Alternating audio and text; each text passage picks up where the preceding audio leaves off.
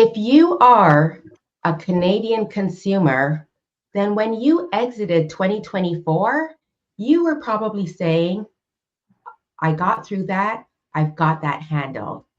And then enter into 2025, the talk of political things that are happening and tariffs. So, if this is something that you have been experiencing as a Canadian consumer, then this is the life that you want to stay around for. Today, our topic is, are you really shopping local, or do you just think you are? I'm going to get started by introducing my guest, who I've had her on before just a few months ago. As founder of Canadian Women in Food and host of Monday Morning Manager, Cheryl also knows how to bring out the best stories from female founders that will shift your way of thinking about who and what food entrepreneurship looks like today. Since founding Canadian Women in Food in 2014, she's been helping to lead the way to amplify the voices of female food entrepreneurs and to promote a more inclusive space for all women in food. Today, with more than 250 members across the country, Canadian Women in Food has become the place where women in food who crave connection come to grow themselves and their businesses through mutual respect and support. Cheryl Appleton, welcome back to Strategize Your Business Online. How are you today? I am fantastic. Great to be here, Dee. And I got to ask you, okay, what did you eat recently that like confused you? Oh, that confused me, like going to the grocery store. Yeah, yeah. Ooh. You know what, Cheryl? When I started reading labels, and then that day, I started to be very intentional in reading labels.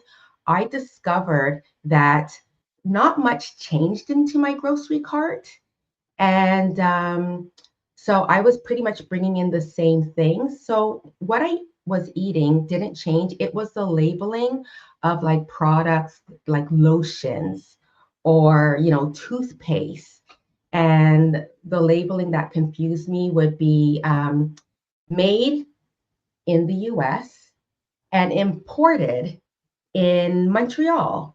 So then I thought to myself, oh no, am I going to be putting out this Canadian company who imported the goods? And I didn't know what decisions to make. So I found that it was in those aisles I was spending more time and like looking for where it would say like Canadian. Yeah, Yeah. yeah. And it's part of the reason why retailers now are starting to put labels right on the shelf, what we call a shelf talker, right on the shelf to help consumers identify when it's a Canadian product. And that's good because some retailers, Loblaws, hasn't, what they've done is with their electronic signage, particularly in the produce area, is they have been removing the country of origin from a lot of their digital signage. And you know, consumers are pretty sharp, and they piped up about this on social media. It's been shared widely. It also gets Hmm. people pretty riled up because they want to know whether or not those oranges they're buying are coming from Florida or are they coming from Spain or perhaps Morocco, who have, by the way, excellent fruit. They've got a superb crop this year. So if you are looking for oranges and they're coming from Spain or Morocco, please do try them because they're probably even way better than what you would get from Florida this year. But there is, you know, there is a little bit of confusion that's being caused by the retailers themselves. And they need to do a better job of it. For sure. And, I just remembered about a confusion. But first of all, I want to say that anyone who is watching right now, please like introduce yourself in the chat. Let us know the name of your business, your website as well. And this is interactive. So if you have some questions, and I know a lot of people have some questions, please share them and we will go through. Yeah, so speaking of oranges, so I remember that first day, I put the oranges in my cart. I walked away and I was like, oh, I didn't check. And then I went back and I saw that they were, from Morocco, I believe. But when I got to the orange juice section, so I myself, I don't drink orange juice. Note, I don't squeeze orange juice. I don't squeeze oranges either. I like my fruit as the way it comes. But my family loves orange juice, and we buy a particular product. And the label actually said, actually, that this label for this jug of orange juice, it didn't state where the oranges for the orange juice came from. And all it said was imported by, and I'll just say the label because, hopefully if somebody's watching from this store, then they can maybe speak to the higher ups. And it said imported by President's Choice. So now I was like, I don't know what to do. And there was a box of Tropicana that clearly said US oranges, like Orlando, and, from the US. So, I mean, that was clear. There you go. Well, I don't mean to pile in on Loblaws, the owner of the President's Choice brand, but truthfully, it may interest you to know, as a consumer, is that there really, when it comes to private label, which is the brand which is owned typically by the retailer, is that there's not a lot of rules around their products. There are rules which are led by the Canadian Food Inspection Agency, or CFIA, as we like to call them in the food business. There are labeling rules for food manufacturers in Canada. So you kind of ran into this a little bit in terms of getting your education at the time when you were first shopping. So I'm going to share with you a couple of little tidbits, and also the challenge that's within that and where this is going to head for consumers.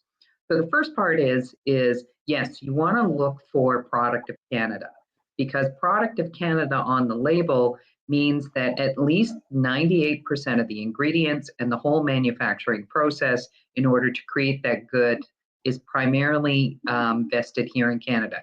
2%, a small amount, could come from imported ingredients elsewhere, especially if there's a spice or a flavor that comes from somewhere else around the world. So that's the first piece. The made in Canada piece means that really the ingredients can come from anywhere else in the world, but mostly some of the ingredients in the processing is processed right here in Canada. So that means Canadian jobs, that means a Canadian business that pays Canadian taxes. That's what's important.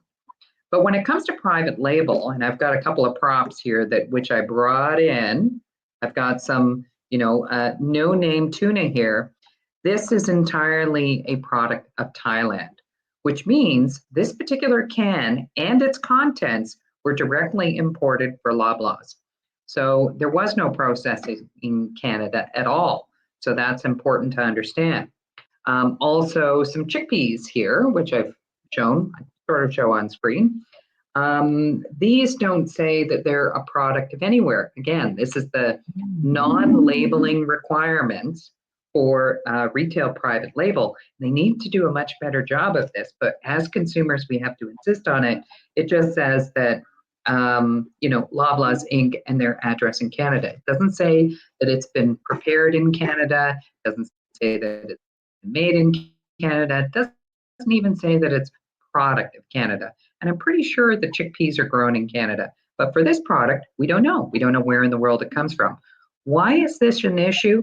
It's a big issue on two fronts, because consumers, when we go shopping, and you alluded to this yourself, which was, I found I was still shopping for a lot of the things I normally buy. And that's because as consumers, we typically tend to buy the same 160 items at the grocery store year in and year out. Now, my choice of 160 items is going to be slightly different than yours, but we know it, because every time we use our loyalty points card, they're collecting that data on our buying habits. So they know, this week it might be chicken, next week it might be, pork that we buy, but they know predictably. They also know predictably that Canadian consumers, that more than 68% of what goes into their grocery basket on a weekly basis is also stuff that happens to be on sale. Because outside of, issues where Canadians might feel prideful, you only have so many dollars in your wallet. And if you're choosing between, chickpeas that are made in Canada that are $2.79 a can versus this one at $1.29, you might think at the end of the day, well, they are just chickpeas, right? So value is important in the conversation for Canadians as well. So we predictably are going to be looking for the same sorts of things.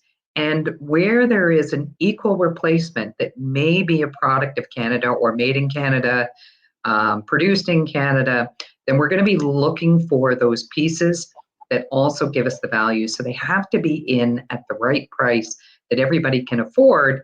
Otherwise, we will look to those imported products, whether they're coming from US or places around the world.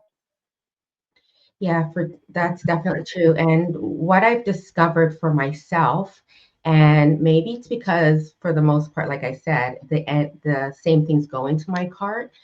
But the other day when I was shopping, so I tend to go out on a Saturday morning, I just went shopping and, I've got my headphones on, I'm listening to a podcast. And then a third of the way through, I was like, oh my goodness, I was putting things into my cart and I didn't look, right? It was an action I wanted to take on that first weekend in February. And now, like, I'm just so curious to know if people are still doing it like in such a strong way as they did a few weeks ago. Nonetheless, I caught myself and I did turn back through the produce section and it's like, okay, good. Oh, we're good. Oh yeah, we're good. And I was able just to breathe and everything was a-okay. Yes. Yeah, So and we need to laugh at ourselves a little bit too, because it's not just all about maple syrup and butter tarts in Canada, right? But sometimes some people get a little bit funny in grocery stores. I mean, if you're looking at something and you've got a favorite product and it's coming from the U.S., the Canadian sidles up beside you and says, "Don't buy that," and there's some spoofy things that are out there on social media that talk to that. But we have to laugh at ourselves because the choices that we make, they do matter. And I think a lot of people are they are keeping up the commitment to buy Canadian. They're asking their retailers for more Canadian products because it is important to them. And, it just seems like every other day we're getting messaging coming out of the US about applying this tariff or that tariff. And I think we're in for about 4 years of chaos, at least. For sure, for sure. So I would love, Cheryl, if you can share with us like how it is that Canadian Women in Food supports its members, and also like what are some of the conversations that has been happening from the moment we started to hear about the tariffs, and what are the conversations that are going through the members, and how is it affecting them and how they do business? I'm so glad you asked that, Dee, because we've actually been preparing for the tariffs even in advance of when they were announced. Because the members of Canadian Women in Food are all women who own their own business in the food and beverage space. So it's a really good chance to be able to show some solidarity, work together to find some solutions. It might interest you to know that some of our members who are sauce companies, whether they're hot sauce companies or spreadable companies or even jam companies, they may utilize the same type of jar or bottle that's used in their process, and a lot of that product comes from the U.S. So this was an opportunity for those founders to really brainstorm together. Is there a way in which we can consolidate our purchasing? Because if there's going to be a 25% tariff increase in the price that we have to pay, we don't want to have to pass that along to the customer. And the way in which the supply chain is set up in retail, the truth is that brand might actually not even be able to pass along that price to the consumer, because the retail forces the producer to eat it in effect, right? And when you don't have any money coming in, what are you eating? Not much. So it gave our members a chance to brainstorm, and they're continuing to work on that today. Even just this morning, I was assisting one of our members who had reached out to me, who asked where we might be able to find some horseradish powder. And through a connection, through a Canadian supplier, we've been able to connect that member to a new source, potential new source of supply that can assist them, to be able to find the product that they need more affordably to continue to produce the product.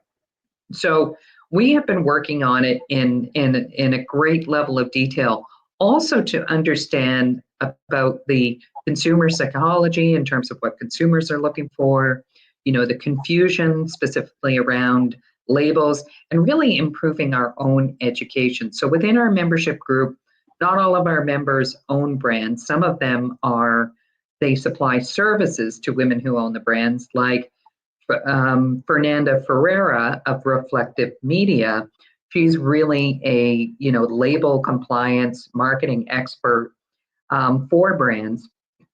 And so she's the only one of our member who is more than prepared to read through all 160 pages of the Canadian Food Inspection Agency requirements. Like that's really a lot. But she's there to help protect and educate our members, so that when they're labeling their product, they're doing it in the right way. It's in compliance with government standards, and it also helps to educate consumers as well. But we needed to educate ourselves. Like, what does distilled in Canada mean?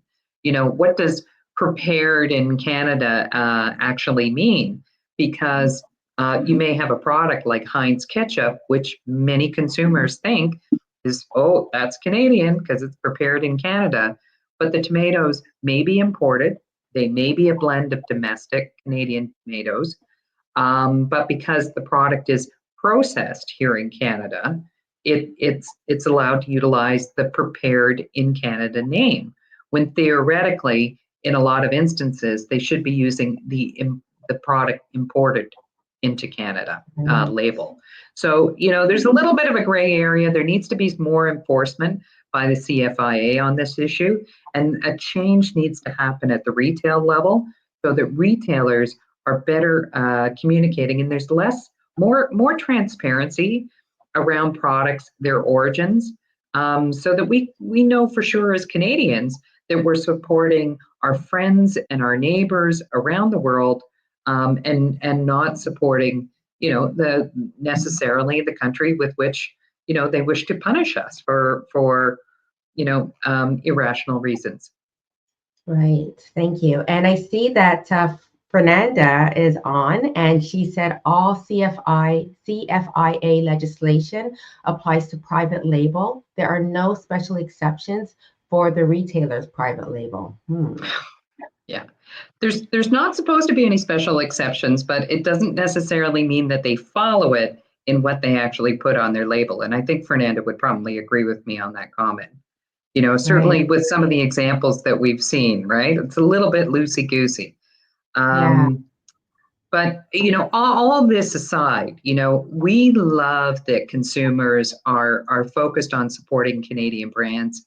And the Canadian brands themselves love it as well, provided that they don't get overwhelmed by that love. I was listening to a CBC call-in show just yesterday about a brand out in BC. It was a German mustard.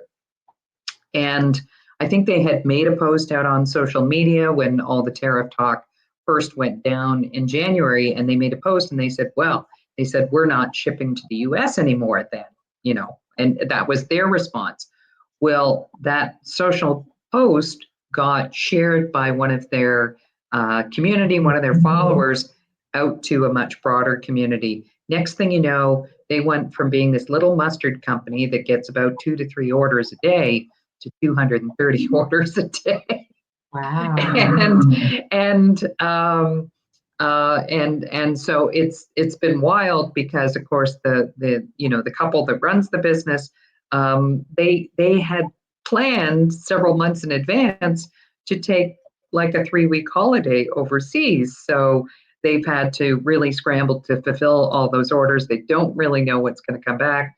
So, when we support small business, there is a difference between supporting the very small business, the kind of small business, the sort of small business, and the government's version of small business. So the federal government declares any business that's doing $4 million a year in annualized revenue as what's known as a small business in Canada. So if you're doing less than $4 million in revenue a year, which is a lot of businesses, you are considered a small business enterprise in Canada.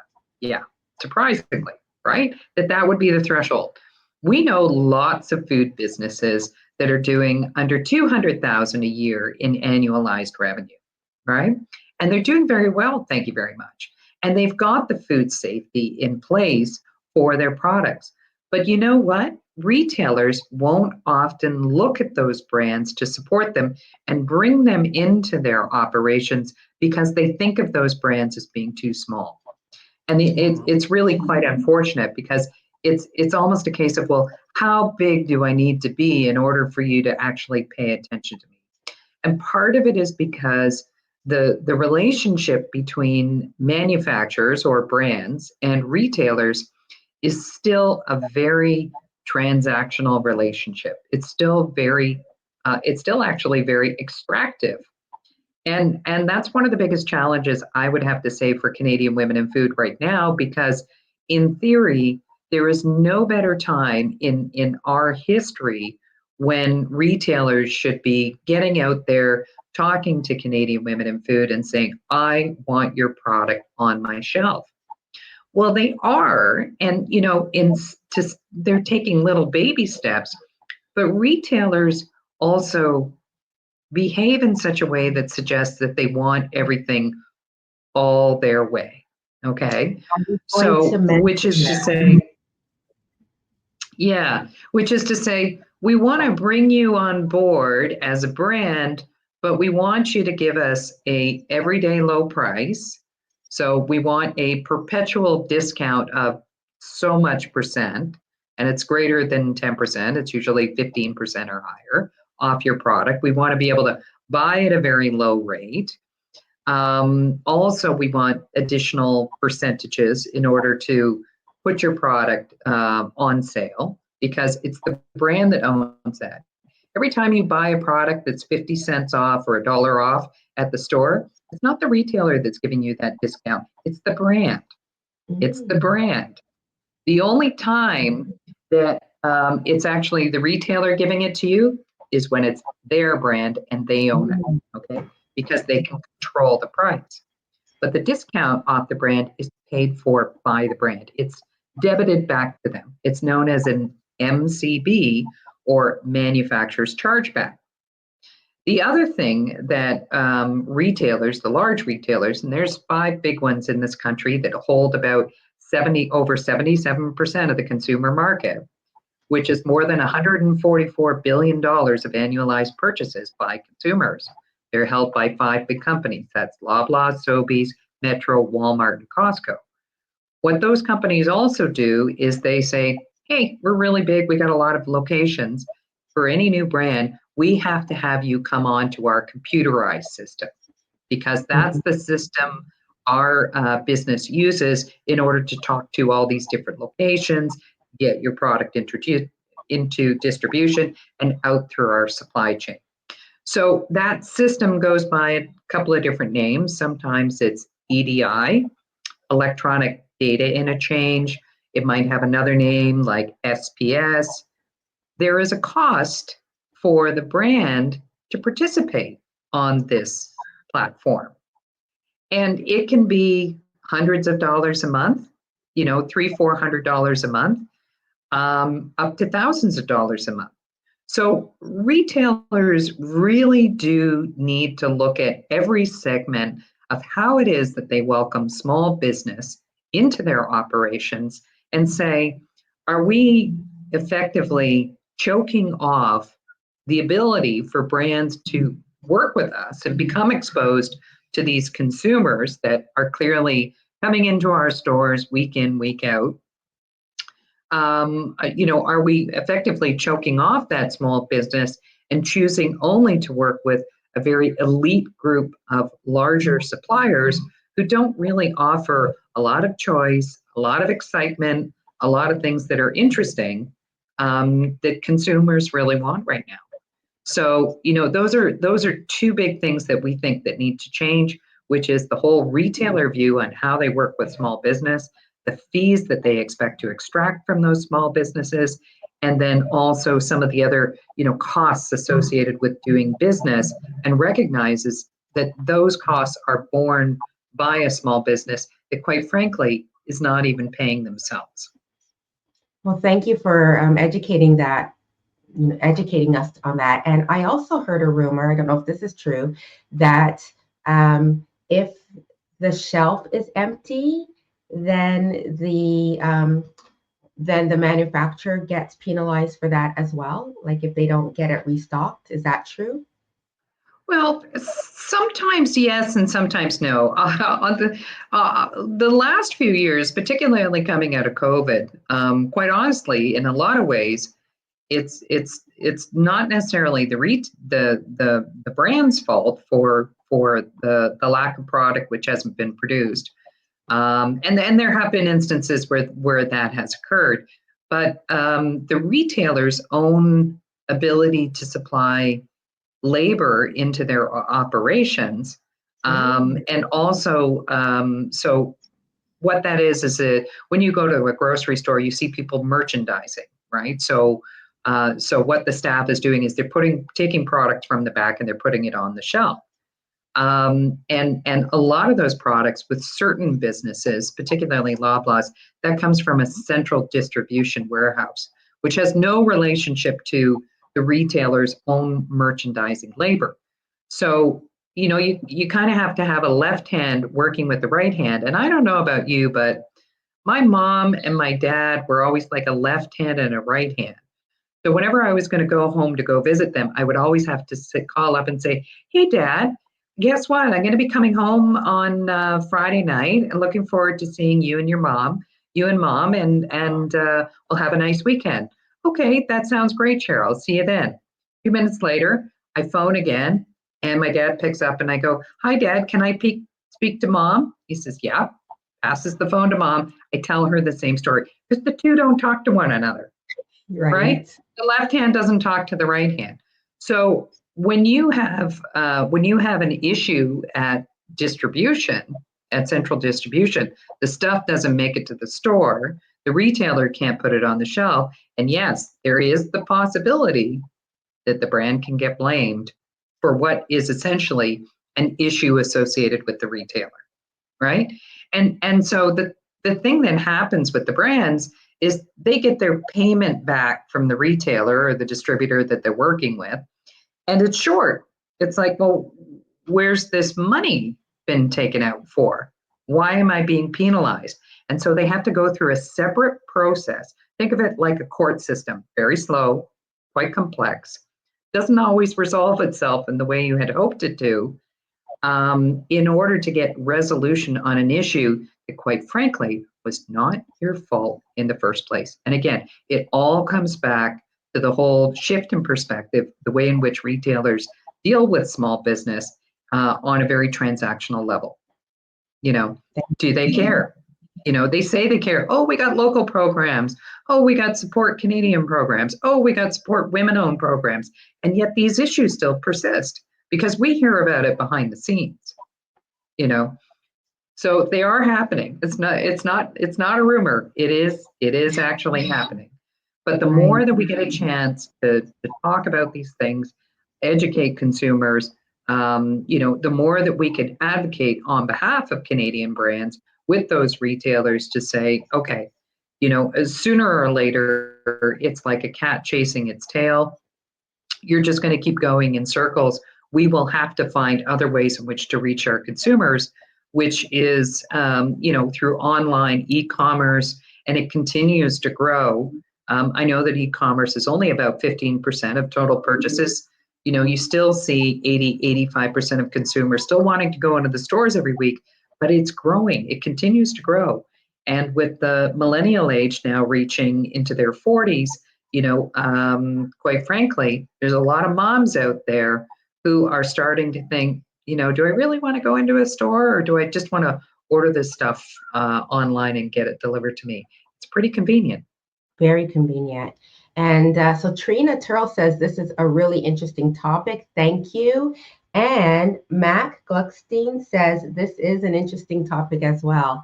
And, as we're discussing this, Cheryl, and we're becoming more aware, I feel very positive because, when there's more attention brought to something, then usually the outcome is that industries have to do better. So if consumers are taking that time to read and feel empowered, and a lot of them are asking questions. I mean, so I'm on LinkedIn. I'm also on Instagram. And on both platforms, I shared a post of me going grocery shopping.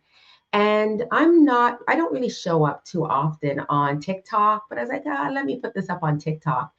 I got like the most engagement on that particular video. However, in the comments, so usually in the comments on other platforms, the comments would be like, that's great, that's amazing. And on TikTok, there was a lot of information where people were talking about all the things that they discovered, where it is you can get oranges, something that says produced here and imported there. This is what it really means. So I really feel that, or I hope, and I also feel that these retailers will have to take that next step and be more clear. Yeah. Yeah. But, yeah. So go ahead. Oh, I was just going to say that it was maybe back about 6 months ago. Do you remember the boycott on Loblaws? Oh, yes. That took place? That started on TikTok. Okay. Sorry for interrupting. Please do carry on. Finish your thought.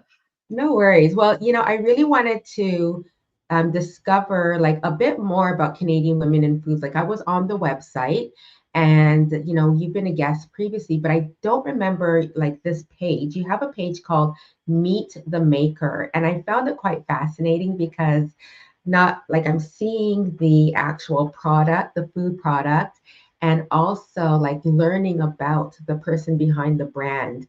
Is that a new page? And yeah, like what are some of the ways that we retailers, we consumers can support Canadian women in food?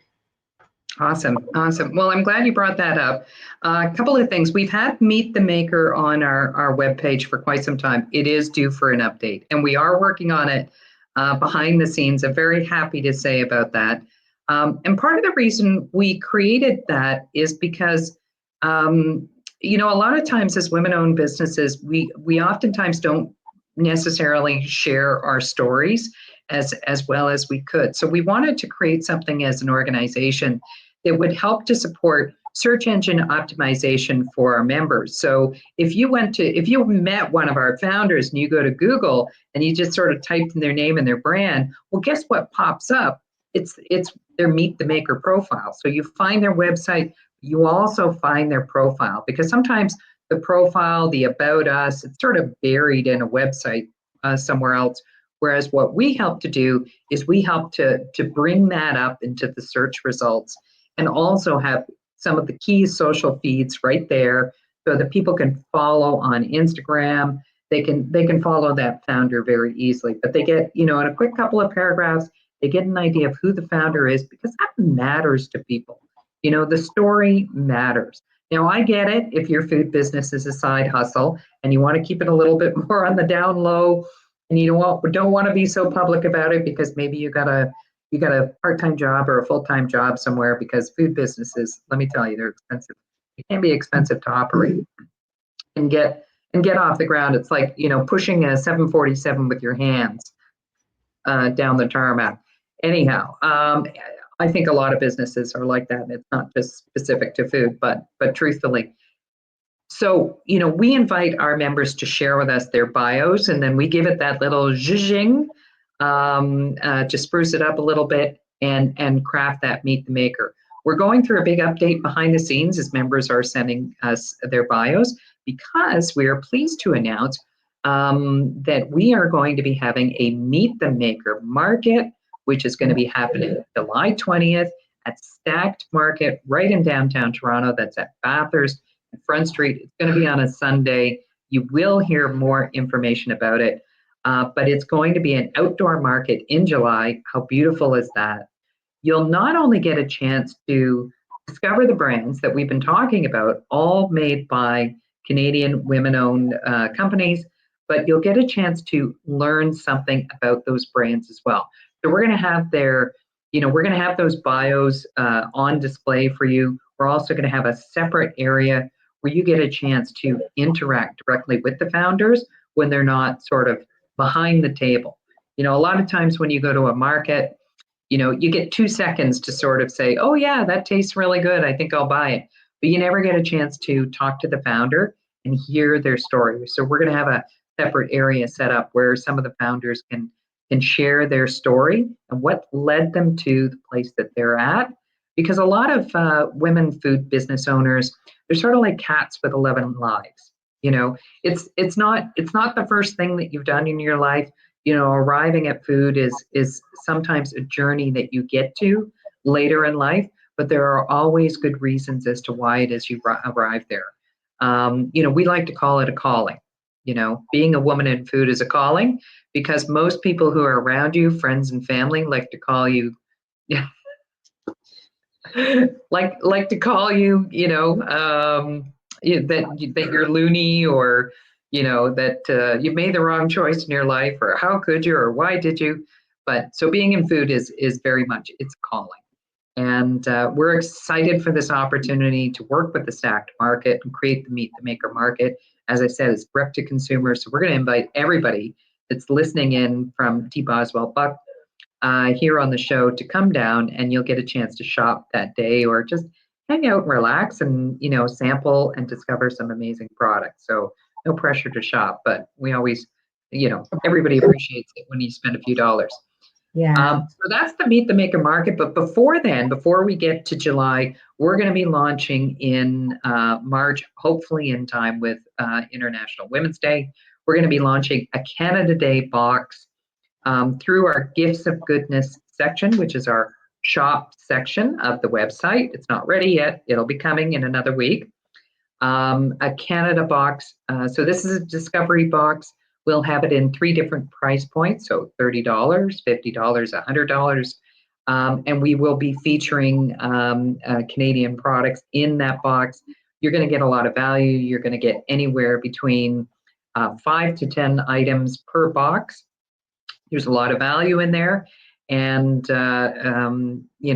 our Gifts of Goodness boxes are known for being real pleasers, because there's going to be things in there that you can just tear open and eat right away, or other things that, you're going to take a little bit of time with and think about and prepare and share a meal with someone you love. So 2 things going on. The Canada box is coming up in the next week or so, and also the Meet the Maker market coming up in July. So very exciting time, all focused around Canadian women in food brands.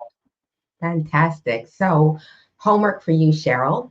When it launches, I can't believe we're getting into March already, but so when it launches, that page, please share the link in my direct messages on LinkedIn, and I would love to write a post and share it out to my community. And I want to let you know that I have no plans right now in July. So you will see me. I've never been to Stack Market either. So you will see me there on the 20th. You might meet my daughter or not, depends on her mood, but I will definitely be there. So thank you for sharing that. Yeah. Well, fabulous. Maybe by then we'll be able to do a LinkedIn Live or a TikTok Live right there at the market. Right. Well, maybe I'll be more versed on TikTok, so that would be pretty exciting. Well, Cheryl, thank you so much for coming on to this live again. And I know I said I wanted to have you on, so I wasn't expecting to speak about this like new political climate that we're in. So I still want to have you on again.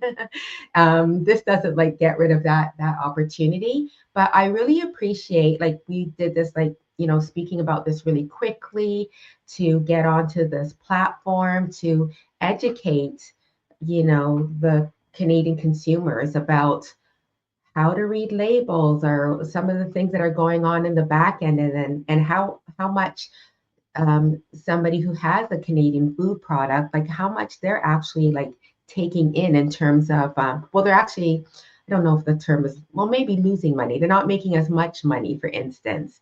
And Yeah. I'm really looking forward. Another thing that I hope is that, sometimes it's about like what is the flavor of the month. Maybe we're going to see some retailers cutting, like giving more of a break to the entrepreneurs who are like those food entrepreneurs. So I just feel like that's just naturally going to happen. So, Yeah, but we hope so. We hope to see some good industry leadership because that's definitely what's needed right now. We don't want to have to see Canadian brands because Canadian brands, we've got a good name around the world, and retailers here domestically will lose out if they're not supporting those Canadian brands. And here at Canadian Women in Food, we're doing everything that we can to support our brands not only domestically here at home, but also globally around the world. So there'll be more announcements later this year within that respect. But the fast movers, they're just going to fly if the retailers don't demonstrate the leadership that's necessary to develop good brands here at home. absolutely. Well, Cheryl, where are the top two places that we can continue to follow you to learn more about what Canadian Women in Food is up to, and also you share a lot of educational content, so I highly recommend like for everyone to follow you. So where's the best place for us to do that? Well, there's three good places. If you like to hang out on LinkedIn, please do follow me. It's Cheryl Appleton at here on LinkedIn. Also on Instagram, which is one of our main pages. It's Canadian underscore women underscore in underscore food. It's complicated, sorry, but once you find us, you've found us. And then, of course, on TikTok, which is simpler, which is more can women in food. So those are really the three main places to follow us and find out what's happening. We're happy to be where you are and keep you informed. We've got lots going on. Tune in every week. And of course, Dee will always bring me in when there's something new that we really, really need to talk about. Absolutely. Thank you so much again, Cheryl, for watching the live. And again, anybody who is watching, if you're watching live or if you're watching the replay, do not forget to leave your link to your website. I always love to go through the website links and get to know more about those who are watching. And again, Cheryl, thanks so much. And everybody, I will see you again for another episode of Strategize Your Business Online. Take care, everyone.